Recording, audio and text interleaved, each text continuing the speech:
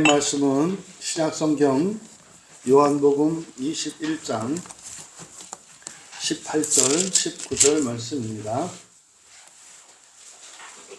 우리 같이 한 목소리로 함께 읽겠습니다. 내가 진실로 진실로 내게 이르노니 내가 젊어서는 스스로 띠뛰고 원하는 곳으로 다녔거니와 늙어서는 내 발을 벌리리니 남이 내게 띠띠우고 원하지 아니하는 곳으로 데려가리라. 이 말씀을 하심은 베드로가 어떠한 죽음으로 하나님께 영광을 돌릴 것을 가리키심이로라. 이 말씀을 하시고 베드로에게 이르시되 나를 따르라 하시니. 아멘. 잠시 기도합니다. 진리의 영이신 성령님, 이 시간 주께서 말씀하신 이 말씀의 참된 의미를 깨달아 알기 원합니다. 이 말씀 속에 담긴 그 진리가 이 시간 저희들의 생명에 양식되게 하여 주셔서 이 말씀으로 저희들을 새롭게 하시고 온전케 하여 주시옵소서. 감사하며 예수님의 이름으로 기도하옵나이다. 거룩한 주일로 하나님을 예배하기 위해 나오신 여러분 모두를 환영하며 축복합니다.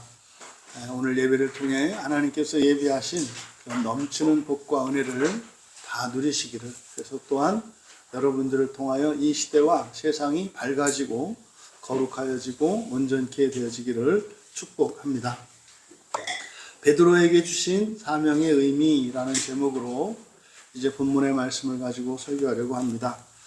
이 말씀은 우리가 계속 살펴보고 있는 디베리아 바닷가에 나타나셨던 예수님의 세 번째 현현, 세 번째 방문입니다. 그래서 살아나신 이후에 세 번째로 제자들을 찾아오셨던 그 장면의 연장선상에서 바로 앞에서 우리가 살펴본 것은 바로 이제 베드로를 회복시키시고 또 그에게 남은 그 생애의 사명과 또 그것을 이루실 것을, 그래서 그런 영광스러운 인생을 마치게 될 것에 대해 예고하시는 장면입니다. 바로 앞에서 예수님께서는 베드로에게 인간적인 사랑과 신적인 사랑, 그래서 이제 아가페와 이제 필리아, 필레오 그러면 좋아하다, 인간적인 사랑하는 것을 말하는데 필레오의 명사형이 이제 필리아입니다. 그래서 아가페와 필리아, 이렇게 사랑의 두 종류가 있다는 것. 그래서 우리 그리스도인들은 바로 이 아가페의 사랑으로 나아가야 한다는 것을 가르쳐 주셨습니다. 이게 이제 마음기경의 핵심이죠. 맨 처음 창세기 3장에 나왔던 에덴 동산의 불순종 사건으로 인해서 우리의 인격성 가운데에서 이 감정이, 사랑이었던 감정이 그것이 깨어져서 이제 네 개의 근본 감정으로 이렇게 나뉘었다. 그래서 두려움과 수치심과 외로움과 미움으로 나뉘었다. 이렇게 말씀을 드렸습니다. 이제 예수님의 이제 마지막 사역, 그것이 바로 그 사랑으로, 이런 근본 감정들을 사랑으로 승화시키는 길을, 승화시키는 법을 가르쳐 주시는 거죠. 그렇게 돼야 한다는 거죠. 그래서 바로 이 필리아와 아가페를 가르쳐 주시면서 베드로가 두 번째 방문을 통해서 두려움으로부터는 해방이 되어서 이제 집 바깥으로 나올 수 있게 되었습니다만, 아직 예수님을 세 번 부인했던 그 사건으로 인한 그 수치심은 아직 극복하지 못하고 있습니다. 그래서 바로 이것을 극복할 수 있도록 예수님께서 바로 사명을 주신 거죠. 그러니까 이거는 사실 베드로에게 네가 나를 부인한 것에 대해서 수치스러워하지 마라. 그것은 네가 잘못했다기보다 이 필리아의 사랑, 인간적인 사랑을 가지고 있으면 그것은 어쩔 수 없는 한계란다. 그래서 인간적인 사랑을 하게 되면 어떤 조건과 자기의 감정이 충족되었을 때는 뭐 주를 위하여 목숨을 버리겠나이다 할 수 있어요. 너를 위해서 내 모든 것을 아낌없이 내어주겠다. 그런데 사실은 예수님을 안다고도 하지 못하고 부인하는 베드로 자신도 이해할 수 없는 그런 행동을 할 수 있는 것이 바로 이 필리아의 사랑의 한계다 이 말이에요. 그래서요, 이 세상에서는 그렇게 배신의 이야기가 많고, 이거는 어떤 쓰라린 아픈 이런 것들이 어쩔 수 없는 한계라는 것을 가르쳐 준 겁니다. 그러니까 그럼 여러분, 여기서 여러분들이 꼭 기억하셔야 되는 것은 이 말씀이 베드로에게만 적용되겠습니까? 여러분에게는 적용되지 않겠습니까? 그러면은 가룟 유다에게는 적용되지 않겠습니까? 모두에게 적용되는 말씀이죠. 근데 신기할 정도로 거의 1500년 동안 교회 안에서는 이거는 베드로에게만 적용되는 말씀이고 유다놈에게는 적용되지 않는다는 말도 안 되는 생각을 하고 있었던 거죠. 그러니까요, 베드로의 실수나 가룟 유다의 실수나 예수님은 정죄하지, 심판하지 않으신다니까요. 왜요? 아니, 어린아이 같은데 뭐 심판을 해요. 그렇지 않습니까? 세상에서 나오는 심판이라고 하는 얘기는 익었나 안 익었나, 됐나 안 됐나예요. 됐나 안 됐나. 이렇게 해서 영원히 버리고 이런 개념은 없다, 성경에. 어쨌든 지금 베드로에게 주시는 이 말씀이 사실상 베드로에게 위로가 되었기를 바라고 이것으로 그 수치심이 극복되었기를 바라셨겠죠. 그런데 그게 단순한 문제가 아닙니다. 우리의 마음에 이런 근본 감정들이 신적인 사랑, 아가페로 승화되는 일은 이것은 사실 이거는 새 창조의 일이거든요. 이건 성령께서 하실 일이에요. 그래서 장차 예수님께서 승천하시고 보내실 또 다른 보혜사이신 성령님과 함께 이 세상을 살아가는 제자들이 해야 되는 일은 바로 아가페의 사랑을 가지는 일이에요. 그러니까 이것은 장차 예수님이 승천하시고 난 뒤에 성령님과 함께 이 땅을 살아갈 신자들의 인생의 목표, 신앙생활의 목표가 무엇인지를 가르쳐 주신 거죠. 이제 그 사건에 이어지는 게 이제 18절, 19절입니다. 그래서 이 18절, 19절 말씀을 통해서 이제 베드로가 어떻게 그 아가페의 사랑으로 승화되는 것인지, 또 그럴 때 어떤 일이 일어날 것인지, 그리고 아가페의 사랑으로 그렇게 승화되고 나면 베드로가 어떤 사람이 되는지를 이제 예언하는 본문입니다. 그래서 이것을 그냥 두 팔 벌리고 남들이 띠띠우고 너를 데려갈 것이다 라고 하는, 이거를 단지 쉽게 그냥 베드로의 순교에 대한 예언이다. 이건 전형적인 로마 캐톨릭의 이제 해석입니다. 왜냐하면 로마 캐톨릭은 12사도 가운데에서 베드로 수위권을 주장하거든요. 그 베드로 수위권이 뭐냐면 베드로가 천국 열쇠를 받았다는 거예요. 그러니까 12사도 가운데 그 상속자가 베드로고, 그래서 이 베드로만 열쇠를 받았기 때문에, 그래서 로마 카톨릭, 지금 바티칸에 있는 로마 카톨릭 교회만이 죄를 용서하고 하나님 나라로 보낼 수 있는 권세를 가지고 있다는 거예요. 그래서 12사도 가운데 베드로 중심적인 성경 해석을 한다고요. 그래서 가룟 유다는 영원히 버림받았고 베드로는 용서받고 했다는 이유가 뭐예요? 베드로 짱 만들기 위해서 그런 거예요. 베드로 짱. 똑같다니까요. 다른 제자들은 뭐 다릅니까? 그럼 이건 사도들뿐만 아니라 우리들에게도 똑같이 적용되는 말씀이라니까요. 그래서 오늘 여러분들이 이 말씀을 통해서 우리가 이제 우리 광야교회에서 하고 있는 마음기경이 이게 성경적인 것이고 예수님의 가르침을 따른 것이며, 성령님이 우리 안에 계신 이유와 목적이 바로 그런 것이구나. 그래서 성경을 이렇게 봐야 하는 것이구나. 실천적으로 여러분들이 적용을 하시고 도전받을 수 있는 그런 기회가 되기를 바랍니다. 먼저 18절 상반절에 보면 그 젊은 시절로 나타낸 베드로의 인간적인 그 사랑의 그 열심의 한계가 무엇인지를 보여줍니다. 아멘 아멘이라고 하는 표현은 요한복음에 나오는 특별한 표현이다. 굉장히 강조하는 표현이죠. 요한복음의 주제가 한마디로 뭐라고요? 사람이 신되는 이야기, 하나님 나라에 들어갈 수 있는 존재 되는 이야기, 이게 핵심이에요. 이걸 하나님의 아들이라고 하죠. 그래서 아멘 아멘 이렇게 진실로 진실로, 이건 여러분 하나님 나라가 있다고 한들 여러분들이 들어가지 못하면 그림의 떡 아닙니까? 네? 하나님 나라가 있으면 뭐예요? 여러분이 들어가지 못하면 아무 소용이 없잖아요. 그러니까 정말 이 세상의 끝이 왔을 때 그런 일이 일어나면 안 되겠습니다만은 제일 불쌍하고 억울한 사람들이 크리스찬들일 가능성이 많아요. 크리스찬으로 살았어. 크리스찬으로 살면은 아무리 해도 마음껏 죄를 지을 수는 없잖아요. 죄를 짓더라도 무지하게 참지 않아요? 그래서 항상 죄도 짓다 말고 살잖아요, 인생이. 이게 개운치가 않아. 마음껏 죄를 지은 적이 없어서. 그랬는데 죽어서 지옥 가면 어떻게 되겠어요? 아니 이것도 아니고 저것도 아니고, 차라리 그때 개운하기나 할걸, 뭐 이런 거. 그러니까 이런 일이 있으면 안 된다 이 말이죠. 이런 일이 있으면. 그러니까 사람들이 천국과 지옥, 낙원과 지옥을 이야기하는데 놀라울 정도로 그리스도인들은 낙원과도 지옥과도 상관없이 살아요. 이게 지금, 그래서 아니 그 번역된 책을 이렇게 보면 놀라울 정도로 반응이 다 그래요. 아니 그러면은 목사님은 지옥에도 구원이 있단 말입니까? 아니 목사님은 하나님이 지옥에 있는 사람 구원하면 안 된단 말입니까? 제가 되묻는 거예요.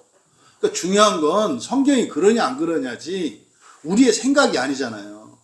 근데 사람들은, 대부분 사람들이 어떤 생각을 갖고 있냐면 지옥 간 사람은 절대로 구원받으면 안 된다는 생각을 갖고 있어요. 그게 무슨 말인지 아시죠? 나는 절대로 지옥 가야 돼요. 난 구원받을, 이 얘기라니까요. 근데 본인들은 그게 그 얘기인지 몰라요. 왜? 나는 지옥 안 갈 사람이라고 생각한다고. 그렇다고 해서 그러면 천국 갈 거라는 확신들이, 그것도 없어. 결국 뭐예요? 천국도 지옥도 상관이 없어요. 뭐예요? 지금만 중요하다니까요. 그러니까 그거를 자각을 해야 되는데 자각을 못해요, 사람들이. 그러니까 여러분, 예수님 얘기 이전에 구약 성경을 보세요. 구약의 이스라엘 백성들이 그렇게 우상을 숭배하고 그렇게 엉뚱한 짓을 하고 이렇게 한다고 해서 버려요? 안 버리시잖아요. 끝까지 찾아오시잖아요. 나라 멸망했잖아요. 그런데도 안 끝난다, 포기 안 한다, 이게 예수님이 오신 사건이잖아요. 근데 어떻게 기독교인들만 그런 생각을 하냐 말이에요. 누구는 영원히 말도 안 되는 생각이고, 근데 실제로 칼빈 책을 읽어보면은요, 우리들이 알고 있는 것처럼 이렇게 명확한 이중의 정에 대한, 그래서 칼빈주의자들 안에서도 의견이 나뉘어요. 근데 우리나라의 현실은 어떤 현실이냐면 구원하면 안 될 놈이 있다예요. 교인들의 생각이. 그 얘기는 뭡니까? 이거 캐톨릭이 가지고 있는 거라니까요. 용서받을 수 없는 죄, 뭐 성령을 해방한 죄, 이런 거잖아요. 이게 무슨 말인지도 모르고. 여러분, 하나님이 용서 못할 죄가 어디 있어요?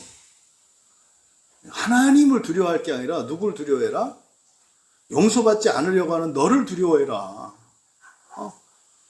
죽어도 난 지옥 갈 때까지는 난 회개 안 해. 이런 여러분을 두려워하라니까요. 그러니까 지금 여기서 예수님께서 아멘 아멘 진실로 이 간절한 이 마음이 좀 느껴질 수 있으시면 좋겠다. 왜? 이게 지금 복음서의 마지막이잖아요. 예수님 사역의 마지막이잖아요. 그러니까 여러분, 용서받지 못할 죄가 없고요. 용서받지 못할 죄인이 없어요. 근데 인격적으로 살아있는 동안 용서받고 생명의 부활로 가는 사람이 있고, 죽을 때까지 회개 안 하고 예수 믿지 않고 죽어서도 금방 안 한단 말이에요.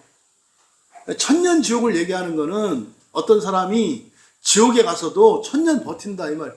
대단한 인내력 아니에요? 대단한 인내력이에요. 그 얼마나 굳센 의지인가 봐요. 지옥에서 천년을 버틴다? 아마 천사들이 거기서 무릎 꿇나 봐. 야, 니들 어떻게 여기서 천년을 견디냐. 나도 이걸 못 견디겠는데. 그런 고집스러움이 우리 안에 이렇게 박혀 있다는 사실을 여러분들이 기억하셔라. 뭐 할 때마다 아멘 아멘 할 때마다 아멘 아멘. 정말 주의 은혜가 아니고서는 소망이 없는 자입니다. 그러함에도 나를 택하시고 구원하셔서 영광스러운 생명의 부활로 인도하셨으니 참으로 감사합니다. 아멘 아멘. 이 아멘 아멘 하시는 그 의미가 여러분들에게 일상생활 가운데서 이렇게 고백되어질 수 있기를 바랍니다. 근데 여기서 내가 젊어서는 그랬어요. 젊어서는 이제 우리말 성경으로는 젊어서는 그랬는데 여기 비교급을 써놓았습니다. 그래서 더 젊었을 때는 이렇게 돼요. 이게 원래 이제 새롭다, 새로운이라고 하는 형용사가 헬라어에서 크게 두 개가 있단 말이에요. 네오스라고 하는 말은 신품이죠. 이게 똑같은 건데 새것, 네오스. 그러니까 이거는 물질적인 것을 나타낼 때 시간적으로 새로운 것, 그러니까 최신 것이죠. 이게 이제 네오스고, 밥을 바로 해서 지금 딱 그 가마솥에서 밥을 해가지고 김이 모락모락 나오는 요거 새밥. 근데 이거는 어제 해가지고 뚜껑에 달라붙은 헌밥. 요때 이제 헌밥, 새밥 할 때 이게 네오스란 말이에요. 그런데 헬라어에 중요한 형용사가 또 하나 있는데 이 카이노스라고 하는 말은 질적으로 다른 거예요. 질적으로 다른 거. 그러니까요, 우리의 육체가 새로워져야 됩니다. 우리가 새로워져야 합니다 할 때 두 가지 의미가 있거든요. 우리가 새로워져야 합니다. 그러면 육체가 새로워져야 됩니다. 건강해져야 합니다. 아름다워져야 합니다. 살 좀 빠져야 합니다. 뭐 이런 거. 이게 네오스예요. 근데 카이노스 하게 되면 이건 뭐예요? 우리의 본성이 바뀌는 걸 말해요. 질적으로 달라지는 걸 말한다고요. 그럼 여기서 젊어서는 이라고 하는 젊은이라고 여기에 번역된 여기에 사용된 헬라어는 네오스예요. 그러니까 이 네오스는 어떤 의미예요? 육체적인 의미, 인간적인 의미 이렇게 되는 거죠. 그런데 비교급으로 쓰고 있다고요. 네오페로스. 그래서 더 젊었을 때는 이렇게 돼 있어요. 더 젊었을 때는 내가 더 젊었을 때는 내가 스스로 띠띠고 원하는 곳으로 다녔다. 여기서 다니다라고 되어 있는데 여기서 다니다 이거는 두루 다닌다라는 뜻이에요. 페리파테오, 두루 다닌다 이런 뜻이에요. 그러면 먼저 더 젊었을 때라고 한 말의 의미는 뭘까? 첫째, 네오스니까 이것은 육체적인 것을 말한다. 인간적인 것을 말한다. 그러니까 인간적으로 뭐 할 때 젊었을 때를 의미해요. 힘이 있을 때를 의미해요. 그런데 굳이 여기에다가 비교급을 쓴 것은 뭐다? 젊을 때가 있고 더 젊을 때가 있고 늙을 때가 있고 더 늙을 때가 있다는 것을 일부러 나타내는 거예요. 이거는 육체에만 그런 게 아니죠. 우리의 영적인 부분도 마찬가지입니다. 우리가 영적으로 힘이 있을 때가 있고 더 힘이 있을 때가 있어요. 더 무기력할 때가 있고 그리고 무력할 때가 있어요. 그러니까 여러분, 예수님을 믿고 여러분들이 신앙생활한다 해서 똑같지 않아요. 더 영적으로 뛰어난 사람도 있고 더 모자란 사람도 있고 그럴 때도 있고 그러지 못할 때도 있다는 것을 아셔야 된다. 육체적으로도 마찬가지예요. 여러분들이 육체의 상태가 항상 똑같지 않아요. 어떤 날은 육체적으로 좀 힘이 있어서 교회 가고 이렇게 하는데 전혀 피곤하지 않아, 지치지 않아. 근데요, 어떤 때는 육체적으로 굉장히 피곤하고 힘들 때가 있는 거예요, 원래가. 그러니까 육체적인 부분과 영적인 부분을 여러분들이 함께 잘 생각하셔야 된다. 그런데요, 육체적인 것은 우리의 영혼에 영향을 미치고 우리의 영적인 부분은 우리의 육체에 또한 영향을 미치기도 해요. 뭔 말인지 아시죠? 그래서 완전히 신체가 바닥나면 영적으로도 힘이 없어요. 반대로 영적으로 충만하면 정말 죽은 사람도 살아나고 하는 일들이 일어나는 거예요. 극단적인 경우에. 하지만 보통은 중간에 있잖아요. 그래서 우리는 어떻게 해요? 이 둘을 가지고 사는 거예요. 육체적으로는 여러분들이 지치고 고단하고 바쁠 때는 어떻게 살아야 돼요? 영적인 힘으로 살아야 한다고. 또 여러분들이 영적으로 좀 다운이 되고 이럴 때는 어떻게 해야 돼요? 육체적으로 힘을 내야 된다고. 그러니까 여러분들이 일상 가운데에서 육체적으로 힘을 내야 할 때가 있고 영적으로 은혜를 받고도 힘을 내야 할 때가 있다는 것을 분별하셔라. 그래서 지금은 내가 은혜를 더 받을 때구나. 시간이 없지만 그래도 기도해야 돼. 그리고 말씀 봐야 돼. 이렇게 가는 거죠. 이런 때는 언제냐면 눈물 나는 때예요. 너무 힘들어서. 또 반대로 영적으로 다운됐을 때는 육체를 쳐서 그쪽으로 가야 된다고, 경건 생활을 하도록. 이런 것들을 여러분들이 잘 조정을 하셔라. 근데 어쨌든 더 젊었을 때라고 하는 요 단어가 비교급으로 썼다 그랬잖아요.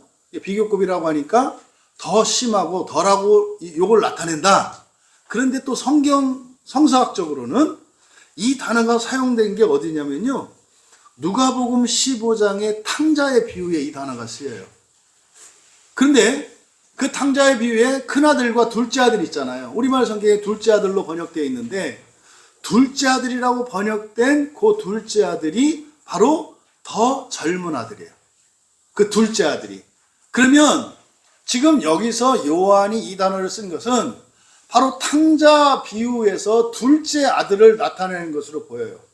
그러니까 예수님께서 이렇게 말씀하신 것은, 그러니까 마치 베드로가 열심히 이렇게 예수님 따라다니고 그리고 부인했었잖아요. 예수님을 부인하고 떠났던 요 사건을 누가복음 15장의 탕자 비유에서 누구와 같은 거다? 둘째 아들과 같은 거라는 거예요. 그때 둘째 아들이 했던 일이 뭐예요? 어차피 아버지 죽으면 유산 내 거니까 미리 좀 챙겨주세요. 갖고 나가서 막 했잖아요.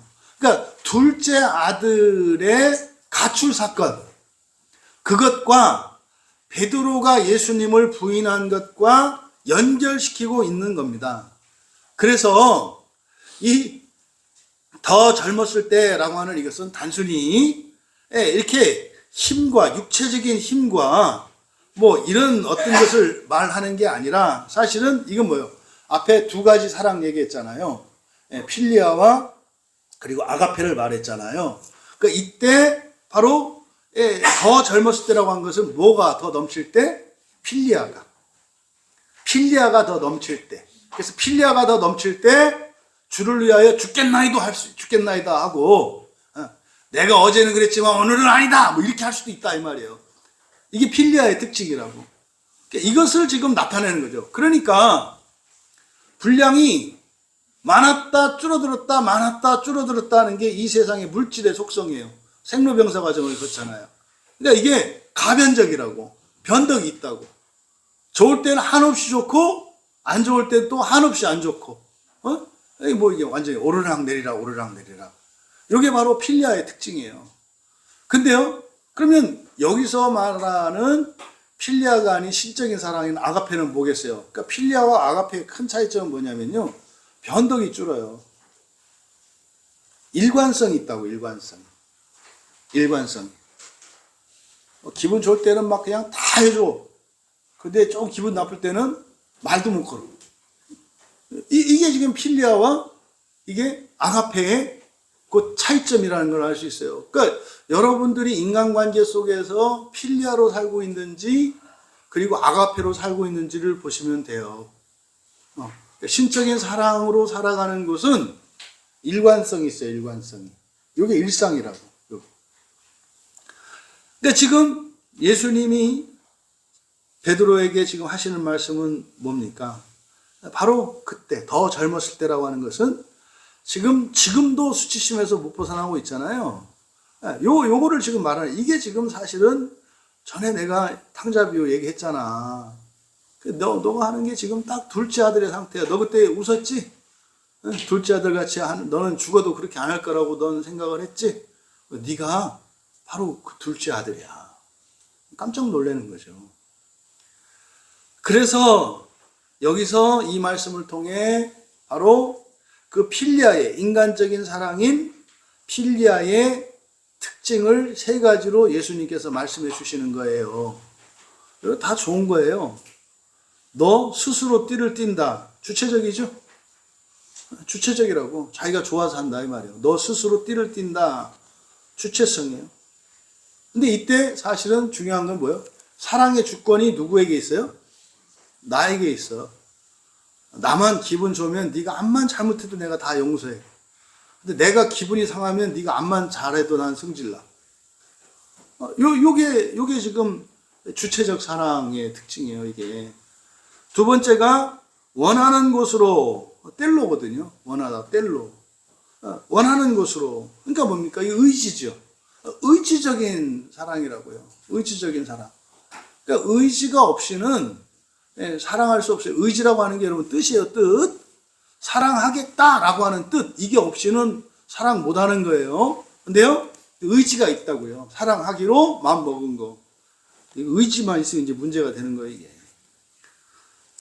왜? 요 필리아의 사랑은 감정이 주도하거든요. 이때 나는 사실은 지성이 아니라 감정이라고, 감정. 그러니까 언제 어떻게 될지 몰라. 그래서 항상 긴장감을 놓으면 안 돼. 웃는다고 웃는 게 아니다. 뭐 이거. 내가 어떻게 될지 나도 몰라. 뭐 이런 거. 그래서 의지적이지만 상당히 가변적이다. 그 다음에 두루 다녔다. 원래 이게 두루 다닌다는 말이 전도할 때 쓰는 말이라고 그랬죠. 페리파테오가 여기저기 다니는 거. 예? 이거 이제 잘못되면 이제 역마살 이런 거예요. 이제 막 한 군데에 정착하지 못하고 막 여기저기 막 떠돌아다니는 거. 근데 이제 복음을 전하면서 그렇게 하면 이제 선교사고, 예수 안 믿고 그렇게 하면은 역마살 낀 거고, 그건 살풀이 해야지. 예. 그래서 여기서 페리파테오, 두루 다닌다. 이게 뭐 열정적인 거예요. 실천과 행동력이 넘치는 걸 말해요. 그러니까 결단코 인간적인 사랑이라고 해서 이게 우습게 알면 안 돼요. 대단한 거라니까요. 대단한 거. 그러니까 이번 이 필리아에 대해서 보면서 그런 생각을 하게 됐어요. 마음 기경이 좀 더 정교해진 것 같아요. 보통 우리가 근본 감정을 4개로 말하잖아요. 그럼 이제 두려움, 수치심, 외로움, 미움이잖아요. 요 감정을 가지고 있어요. 어떤 사람에게. 그럼 그 사람이 좋아요, 싫어요? 싫잖아요. 그런데 싫은 그 사람을 사랑하라고 하니 미치는 거 아니에요. 그러니까 그 중간 단계가 뭐가 있어야 돼요? 요 필리아가 있어야 되는 거야. 그러니까 두려워 어떤 사람이. 그럼 싫다고요. 근데 싫은 마음이 없어져야 돼. 그러니까 좋아져야, 필리아가 돼야 그 다음에 아가페로 된다 이 말이에요. 근데 요 필리아로 되는 상태, 이게 뭐야? 우리의 지성이 그 의미를 바꿔주는 거야. 제가 지금 너한테 이렇게 하지만 그건 네가 싫거나 너를 무시하거나 너를 그래서 그러는 게 아니야. 다른 이유가 있어서 괴로워서 그러는 거야. 이렇게 하게 되면 어떻게 돼요? 이런 두려움이나 수치심이나 이런 근본 감정들이 긍휼히 여기는 마음으로 바뀐다고. 그러면 싫었던 마음이 어떻게 돼요? 싫지 않은 마음으로, 그리고 오히려 이끌린다고. 왜? 도와주고 싶으니까. 그래서 근본 감정이 인간적인 사랑으로, 조음이죠, 조음. 그리고 나서 요 필리아가 아가페로 이렇게 바뀌는 것이다. 이게 조금 더 마음 기형이 정교해질 수 있었던 것 같아요. 어쨌든 바로 예수님께서 가르쳐 주신 인간적인 사랑을 나타내는 이 필리아의 3가지 특징. 여러분들이 이걸 어떻게 적용해야 되겠습니까? 여러분 주변에 있는 사람이 변덕을 부리거나 했다 안 했다 이러거나, 이걸 어떻게 해라? 아, 필리아의 단계에 있구나. 이렇게 이해하시면 된다. 근데 지금 예수님도 베드로에게 그렇게 말씀하는 거예요. 네가 나를 위해서 목숨을 바치겠다고 한 거 나 진심이었던 거 알아. 근데 그랬던 내가 배신할 수도 있는 거야. 근데 그거는 네가 잘못했다기보다 너 자괴감을 갖거나 자책하지 마. 그게 너 인간적으로는 대단하고 훌륭한 거야. 인간적으로는. 하지만 너희는 사람이 아니잖아. 아가페로, 신적인 사랑으로 나가야 되는 거야. 이렇게 지금 위로하는 말씀인 거죠.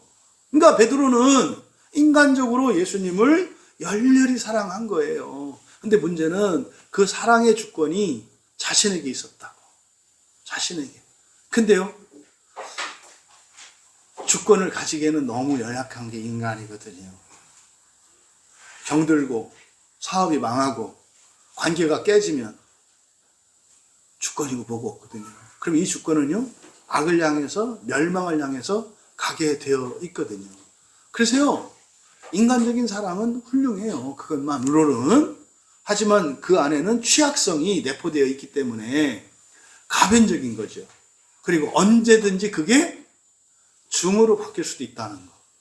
인간적인 사랑은 증오로 바뀔 수 있어요. 그래서 아가페의 사랑으로 승화되지 않는 한 근본 감정이 인간적인 사랑인 필리아로 바뀌었다 할지라도 그 필리아는 오히려 몇 배나 더 큰 근본 감정으로 바뀔 수도 있다는 사실을 기억하셔야 된다. 왜? 우리는 인과적으로 생각을 하거든요. 내가 잘하고 수고했으면 그 결과에 대한 기대가 있다고요. 그래서 기대값이 거기에 못 미치면 어떻게 돼요? 잘한 만큼 미움도 더 커져요. 이게 인간사가 그렇다 이 말이에요. 그래서 내가 너를 어떻게 했는데, 뭐 이렇게 어떻게 했는데 괴롭게 했지. 근데 그렇게 생각 안 하지. 그렇게 생각 안 하지. 그러니까 지금 예수님께서 베드로에게 가르쳐 주신 이 마음, 여러분, 이 세상에 어느 누구도 다 이런 거다. 그 사람이 어떤 잘잘못으로 판단하지 마셔라. 뭐구나? 인간적인 사랑에, 인간적인 세계관 안에 갇혀 있어서 저렇게 살 수밖에 없구나. 그러면요, 아무리 좋아도 한 방에 무너져요. 마귀가 약점을 알기 때문에 그거 하나만 딱 빼버리면 그냥 무너지거든요. 그냥. 그러니까 얼마나 취약한 구조 속에서 그렇게 안심하고 살아가고 있는지를 여러분들이 깨달을 수 있기를 바란다. 그런데 이제 젊었을 때는 그런데 이렇게 돼 있어요. 늙어서는 내 팔을 벌리리니 남이 내게 띠띠우고 원하지 않는 것으로 데려갈 거다. 근데 여기서 조심할 것은 늙었다라는 말이에요. 늙었다라는 말. 늙었다라고 하는 말이 이게 부정적인 의미는 뭡니까? 힘도 없어지고 기억력도 없어지고 눈도 어두워지고 귀도 어려워지고 손도 떨고 뭐 이렇게 뭐 이런 거잖아요. 이게 부정적인 의미잖아요. 근데 늙었다는 게 부정적이기만 하지 않아요. 늙었다라고 하는 것은 풍부한 인생의 경험을 통해서도 놀라운 지혜들이 있고 통찰력이 있고 이런 것들이거든요. 그래서 여기서 이렇게 우리말 성경으로 늙었다 이렇게 이제 번역을 했습니다만은 이게 사실은 늙어질 때는 육체의 힘이나 기력이나 이런 것들이 쇠해져. 그런데 사실은 그것 때문에 커지는 게 있죠. 넓은 마음, 지혜, 사랑 이런 게 커지잖아요. 그래서 이중적인 측면이 있다 이 말이에요. 그래서 이거를 부정적으로만 보지 마셔라. 종종 그런 분들이 있어요. 뭐 누가 특히 이제 교인들 중에서 뭐 이렇게 드라마 보고 남편들이 울고 그러면 나이 먹어서 그래. 안 그래요. 나이 먹으면요 감정도 말라요. 더 덤덤해져요. 죽음도 뭣도 있잖아요. 대면대면해져요. 그러니까 이런 얘기들을 이제 많이 하는 게 따뜻한 남자들에게서 일어나는 그게 현상이에요. 따뜻한 남자들이. 그래서 그냥 나이 먹는다고 그렇게 되지 않아요. 제가 진짜로 이렇게 사역을 하면서 굉장히 은혜를 받았고 특별했던 것이 그 요양병원에서 한 1년 섬겼던 그건데 그때 노인들이 어떻게 변하는지를 볼 수 있었던 것 같아요. 임상적으로 봤으니까. 이게 나이 먹는다고 다 똑같지 않아요. 완전히 정반대로 진짜 더 나쁘게 가는 사람도 있고요. 정말 간혹 좋아지는 사람도 있고 그래요. 근데 지금 여기서도 내가 늙었으면, 그래서 너는 조심할 것은 지금 이 말을 말씀하시는 분은 예수님이고 그 대상은 베드로라고 하는 사실을 잊으시면 안 돼요. 베드로는 누구예요? 거듭난 사람이에요. 그리고 예수님의 사도예요. 이 전제하에서 말하는 거지 모든 사람에게 이걸 일반화시키면 안 돼요. 그리고 지금 베드로는 어떤 사람이에요?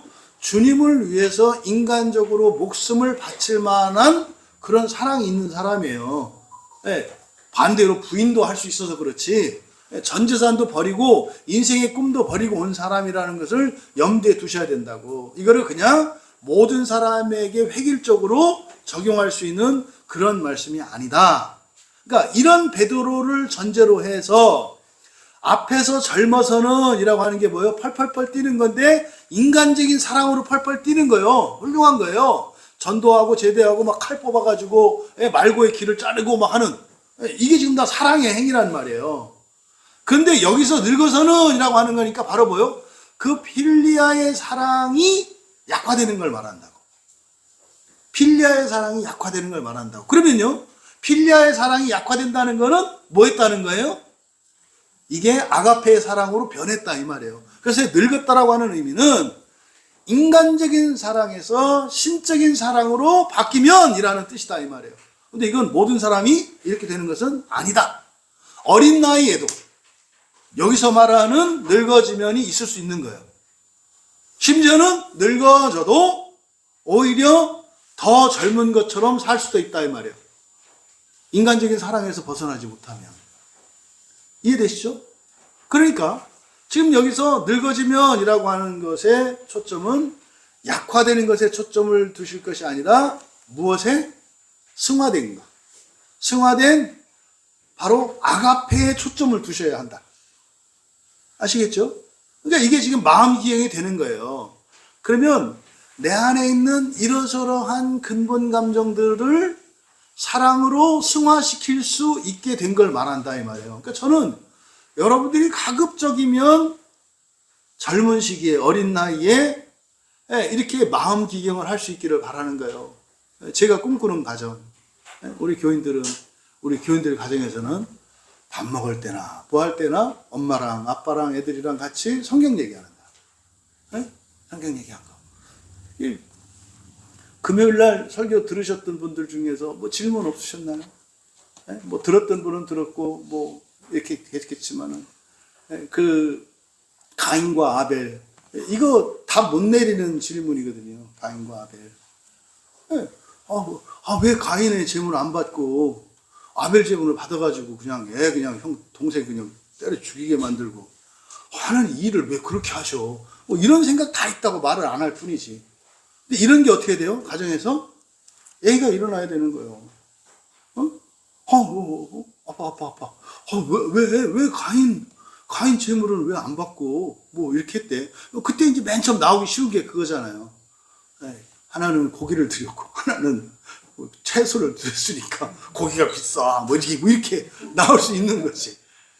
그럼 그러면 아이가 이제 조금 성경 지식이 있으면, 그런데 레위기에서 보면 재물을 드릴 때 곡식도 소재물로 드리잖아요. 드릴 수 있잖아요. 이제 그럼 대답 못 하잖아요. 그러네? 한번 찾아볼까? 이게 가정에서 일어나는 대화이길 바란다는 거예요. 이게. 근데 저부터도 뭐 성경 하는 저부터도 계속 그 몰랐던 것들이 발견이 된단 말이죠. 금요일 날 뭐라 그랬어요? 왜 가인의 제물은 안 받고 아벨의 제물을 받았다? 아벨은 자기가 땀 흘려서 일한 것을 갖고 제물을 드렸고 가인은 주워다가 드렸다는 거예요. 주워다가. 근데 우리말 성경에는 거기서 이제 농사하는 자를 농사했다고 하니까 아니 농사 진 거하고 양친 거하고 그러면 목축업이 원래 이스라엘은 유목사이기 때문에 목축이 짱이에요. 그거 말도 안 되는 이런 얘기를 막 껴맞추는 거죠. 근데 성경은 그렇게 안 돼 있다니까요. 농사라는 말이 없다고요. 최초의 농부는 누구다? 노아다. 왜요? 농사를 지을 수가 없어요. 그때 땅은. 왜? 창세기 3장 이후의 땅은 저주받은 상태이기 때문에요. 씨를 심으면 열매가 안 나요. 지금은 이 땅이 저주받았어요? 안 받았어요? 안 받았어요. 끝났어요. 홍수 사건으로 깨끗이 정화가 됐다고. 그러니까 여러분 이래서 돈 벌 수 있는 거예요. 땅이 저주가 안 풀렸으면 가죽 두르고 여러분 창 들고 채집 수렵하고 그렇게 살아야 돼. 농사 이런 거 없는 거예요. 이런 얘기들이 서로 우리 가족 간에, 교인 간에 이루어지기를 바란다는 거죠. 맞고 틀리고 중요하지 않아요. 성경을 기준으로 계속 하면 그 과정에서 목표는 뭐예요? 우리의 마음이 기경되는 게 목표예요. 맞고 틀리고가 아니라. 그러니까요, 어떤 의견이든지 담대하게 말할 수 있는 분위기. 이게 최소한 우리 광역의 교인들의 가정과 교회 안에서는 일어나기를 원하는 거예요. 모든 게 아니라 성경에 관해서. 이게 사실은 우리 교인들에게 다 이루어졌으면 좋겠다. 그러면요, 다른 교회도 다 그랬으면 좋겠다. 그러면 여러분들이 명절이나 이럴 때 고향 방문하거나 이렇게 거기 가면 똑같은 얘기들이 하는 거지 거기서. 그러다 여러분이 한번 가면 이거 우리도 한참 했는데 이렇게 됐어요. 그럼 그거 어떻게 와 이렇게 되는 거 아니에요? 그렇게 하면서 우리가 가끔 다른 교회 가서 예배를 들을 때마다 서로에게 시너지를 입는 거 아니에요? 또 가가지고 배우는 것도 있을 거 아니에요? 이거는 우리 교회에서 얘기했는데 개운치 않았는데 이거네? 꼭 와서 또 전하는 거 아니에요? 제가 이번에 시골에 가서 예배 드렸는데 거기서 이 가인과 아벨 문제를 이렇게 얘기하는데 이거더라고요. 이게 전도예요. 이거. 그러면요, 어느 나라, 어느 민족, 어느 시대 똑같은 거예요. 똑같은 거라고. 천국 가서 하는 얘기 뭐겠어요? 다 그 얘기 한다니까. 그때 가도 마음 기억은 못 하겠는데 이러면 어떡해. 아이고, 차라리 이럴 바에 지옥 가는 게 낫겠다. 뭐 이렇게 하는 거 아니겠어요? 다 그렇게 하고 있는데 혼자. 여러분, 지금 예수님께서 하시는 지금 늙고, 그러니까 더 젊었을 때, 그리고 늙어지면이라고 하는 요 변화, 이것은 지금 뭐다? 마음 기경과 관련되어진 건데, 핵심은 바로 인간적인 사랑, 인간적인 사랑의 필리아와 신적인 사랑 아가페로의 변화를 이야기하는 거다. 그 다음에 여기서 늙어지면 어떻게 한다 그랬어요? 네가 손을 뻗을 거다 그랬잖아요. 그래서 손을 뻗는다라고 하는 에크테이노라는 말인데, 여러분 제가 이렇게 헬라어 단어들을 인용하거나 이렇게 하는 거, 그 헬라어 공부하거나 문법 이런 거 아니에요. 성경을 지금 제가 가르쳐 드리는 거예요. 성경은 성경의 언어를 가지고 따라가야 되기 때문에 우리 마음대로 하면 안 된다고요.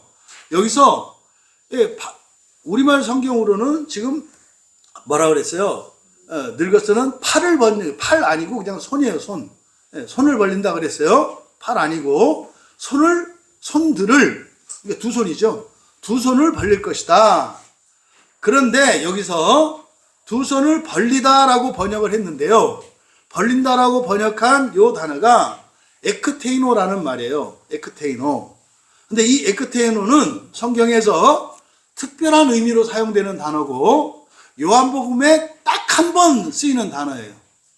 요한복음에 딱 한 번 쓰인다고. 그러니까 제자들을 예수님이 택하셔서 부르셨잖아요. 마지막 이 제자들이 예수님처럼 되면 뭐 한다는 거예요? 손을 펼치게 된다는 거예요. 이게 되게 중요한 말이라고. 그럼 이 에크테이노라고 하는 이 말은 성경에서 언제 쓰느냐? 예수님께서요, 환자들을 고칠 때 쓰는 말이에요. 환자들을 고칠 때. 그래서 또 환자들이 예수님 만들 때. 그래서 이 에크테이노라고 하는 것은 치료와 구원과 관계된 말이에요. 그러니까 네가 마침내 그 아가페의 사랑을 가지게 될 거면 너도 뭐 할 거다? 네 손으로 사람들을 구원하며 병을 고치고 구원하면서 살아가게 될 거야 라고 말씀하시는 거다 이 말이에요. 그러면요, 지금 더 젊었을 때와 늙어졌을 때의 차이점이 뭡니까? 더 젊었을 때는 굉장히 역동적이에요. 주체적이고 막 여기저기 펄펄 뛴다고요. 그런데 늙어졌을 때는 오히려 주체성이 줄어들었죠. 그렇죠?